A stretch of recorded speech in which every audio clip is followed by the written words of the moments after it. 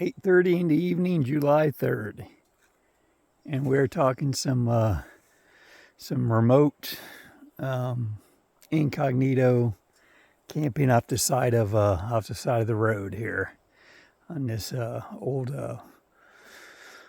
gravel dirt road here. It's a logging area.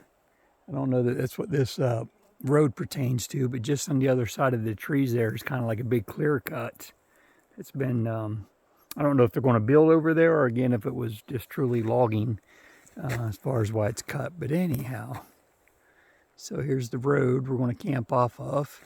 And, yeah, I think you can see the blacktop. And then the main road, Route 37, which we just got on a little bit ago, is right there. But we were on 97, good part of the morning, heading up towards Prince George, and we stopped at Hickson, like Nixon, but with an H. Stopped at a gas station there, and the usual, get a cup of coffee, and they also had these like homemade looking, well, they had actually a basket of homemade looking pastries and stuff, but I chose what I guess I'd call them tarts, raspberry tarts.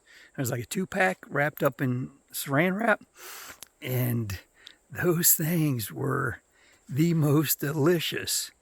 And again, especially with that cup of coffee, they were so good. So I stood out there by Zeke and ate them, and I ended up talking to couple people. There was an older gentleman who was checking out my bike when I went in, or was about to go in, and spoke to him, and he knew Royal Enfield, and he related it to Norton and BSA and stuff like that.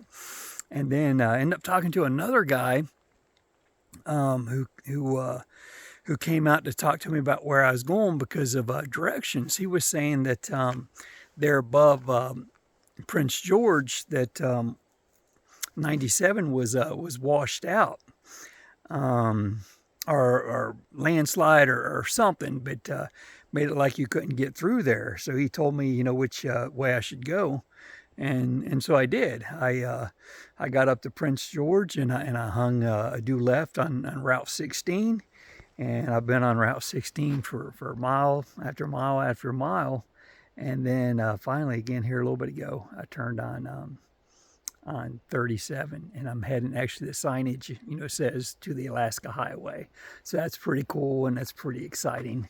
It's like 700 and some kilometers to the Alaska Highway, so we're talking, what is that, like 400 and some miles.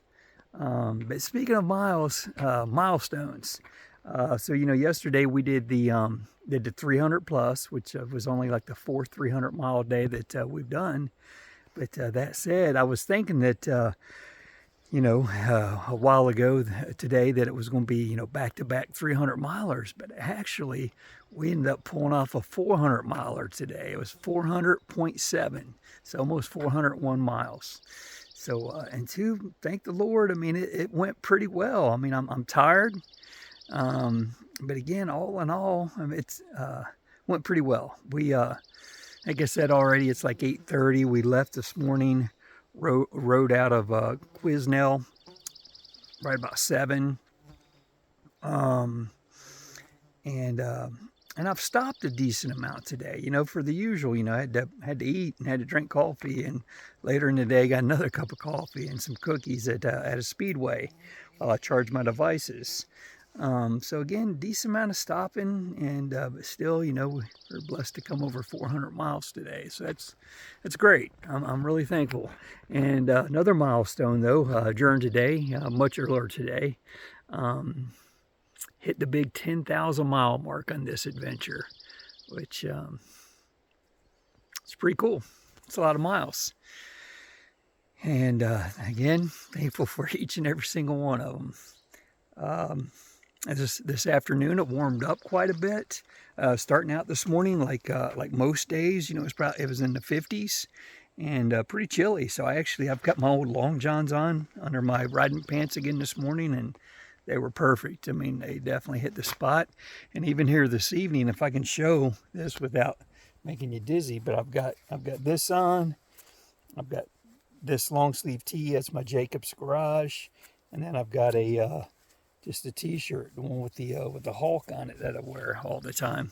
And so I had my my Climb riding jacket and my lightweight hoodie on as well. And I just now took the hoodie off here this evening about 6:30. I could have taken it off earlier, but you know, I wasn't like that uncomfortable. I was warm, of course, but I wasn't that uncomfortable. But yeah, all that said, I mean, that's a lot of clothes. And like I said, even Long John's here on the 3rd of July, which is just crazy. And you know, again this morning, and as I said, a lot of mornings it is just downright cold, but definitely warmed up quite a bit here this afternoon. Let's see what else. I did want to mention, I forgot to say that the other day going up to Bellingham, I did like another 25 miles or so there on Route 5 interstate. So I still need to write that down, but at least wanted to have recorded here in my video journal. As far as people today, they're at, so I had my lunch at a KFC, and where was it? KFC and, oh man, I don't know, I'll look it up and mention it tomorrow maybe. But regardless, it was a KFC and wasn't hardly anybody in there. There was like one other guy in there when I first went in, and he left. But then this older couple came in, and he came in, you know, first thing right away, you know, he started, I think he said I was a long ways from home, you know, something like that. And but ended up talking to them, you know, they got their food and sat down and ended up speaking to them quite a bit. Great people, just great people. Both of them were 84 years old. Should have asked them how long they've been married, but both of them were 84 years old, and just really enjoyed talking to you guys. His name was Jake, and her name was is Mary. So Jake and Mary, quite a blessing to meet you all. And best part about it is they're both my brother and sister as well. So that's quite the bonus. So yeah, Jake and Mary, and too, what was cool also is when I mentioned having a YouTube channel, you know, like, I don't know, stereotypically or what you think maybe with say a lot of older people, they would be like, you know, kind of hesitant or not. But she was like her eyes lit up to where she knew exactly what I was talking about, and she got a napkin and she wrote my channel down, and she was all about it. And that's just cool, you know, an 84-year-old woman was, you know, knew all about YouTube, it seemed, and was wanting to watch. So I do hope you guys are watching, are watching, and as I said, it's a real blessing and pleasure to meet you guys. Okay, what else? It's Sunday. I was going to go to a church there in, I think it was in Prince George. I saw 11 o'clock on the sign, and it was like right at 11 o'clock, you know, a minute or two after, and I thought, you know, that's all right. But when I went back, turned around, went to the sign, and the sign actually said the service was at 9:30, and their Sunday school was at 11. So I didn't want to go to, you know, Sunday school in some strange church. But if it was the service, yeah, I definitely would have went. But so that said, yeah, you know, I didn't, and, you know, just rode on and hadn't been riding all day. And what a day of riding. A lot of it was riding through areas that was just pine trees, kind of like a wall, you know, of pine trees on either side, and not like, you know, huge mammoth-sized pine trees. A lot that would be kind of like, kind of remind me of like Maine, or I guess maybe even up in Michigan, maybe up in the UP of Michigan or something, where there's just a lot of pines. So yeah, a lot of pines, and not really seeing like mountains or anything. And then, you know, it did kind of open up to where I could see some mountains off in the distance. But then, I'm not even sure what part of the road this was, but there's somewhere it really opened up, or the mountains came in, and there was some just big, you know, majestic, snow-covered. Or I don't know that they were snow-covered, but they had snow on them. Yeah, just like in the ravines and stuff like that, they still had, you know, standing snow in places. I think that's a better way to put it. They weren't like covered with snow, not like Rainier or St. Helens. But absolutely beautiful. And just big old mountains, and they look cool. Stopped at an area and took some pictures and some filming at this gorge right in this little town area. Real, again, just you know, again, just like a swollen, raging, much smaller river. Nothing like the Fraser, but well, I mean, it was a decent. Well, no, it was nothing like the Fraser, like what I camped by the other night. But it was still a decent sized river, and again, it was quite the torrent. But again, what went right through like this town area, and there's a bridge over it, and there's this house up on the hill overlooking it, which was really cool. So yeah, and you know, well, yeah, no, I shouldn't say. Again, like I said, I did get some video of it, but I don't ever, because it was with my GoPro, so I'll never, you know, I don't typically do the GoPro in these videos back to back. A little bit different process for loading them, but eventually, God willing, I'll get it on there, and I did you know, still shots and all that for Facebook. Let's see. Evidently, I'm in bear country, you know, which doesn't surprise me. Talking to Jake and Mary today. Jake was talking about grizzly bears, you know. So evidently, there's grizzly bears.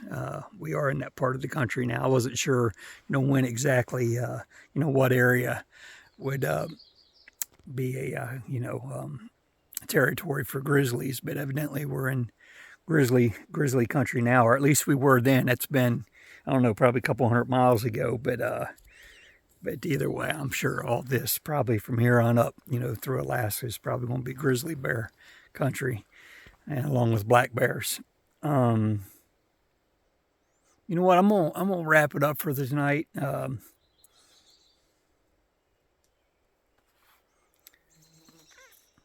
Yeah, been a blessed day on the road. And my old horse there is doing great. I am going to reach out to Anchorage, Lord willing, on Tuesday. Call a shop up there and see about getting that back tire replaced and these other services that they had recommended there at Triumph of Seattle.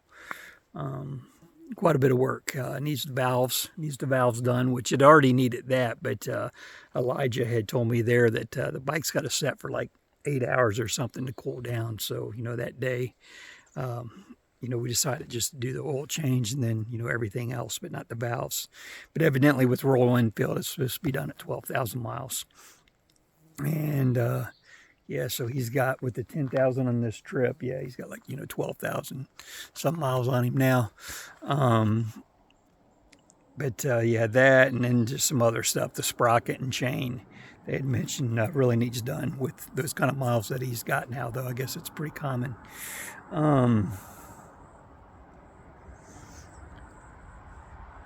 Yeah, I'm gonna call it a night. Thanks for watching, and God bless y'all, and happy Independence Day weekend. Tomorrow is the big day, at least down there and above me, up in Alaska, and down below me in the lower 48. They'll be celebrating, but just me and Zeke up here will be doing our own thing, I guess. But certainly blessed to be here, and good night.